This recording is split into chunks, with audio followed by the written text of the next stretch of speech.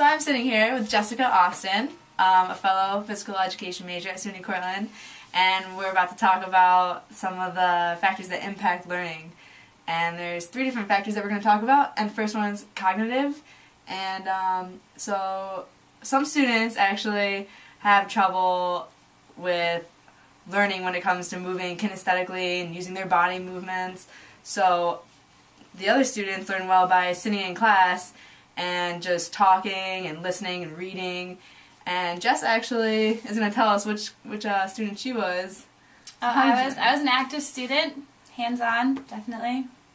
So in the classroom, what were you like? I twitched. She had a hard time focusing. There are students that have a hard time just sitting there and focusing intensely on the teacher, and then there's other students that do really well with that, and the students that have trouble with that tend to look at other things in the room, and their mind's kind of wandering and all over the place.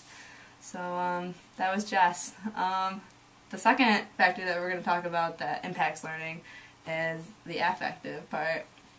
For the affective domain, there's something called locus of control, and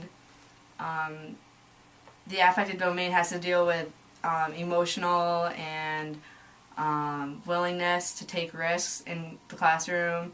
And some students have an external locus of control, and that means that they tend to put other things, they tend to blame kind of other things on their success and failure.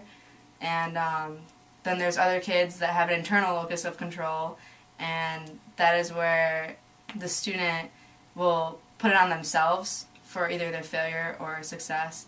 So Jess, when you, let's say you're in a phys ed class and you miss a layup, do you blame it on not practicing, or do you blame it on like the ball? I think the ball's the reason why you didn't get it in. It's a flat ball. I would say I have an internal locus of control, and I blame it on myself.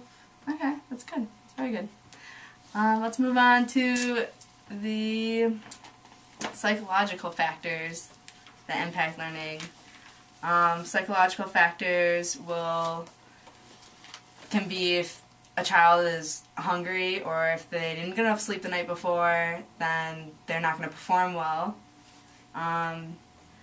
Other things are whether or not a student is a night owl and works well at night and can stay up at all hours and get everything done and study well, and other students can do really well with just studying in the day. And there's 2 ends of the spectrum that students can be. Not every student is the same type of learner. So what kind of learner were you? Are you a night owl? Stay up all night studying, or would you rather study during the day? I'd rather study during the day. I think to get my 8 hours. So do you work well when you have full tummy and you ate and got a good night's sleep? Yes, definitely. All right. Well, thank you, Jess. Very nice interviewing you. Thank you. You're welcome.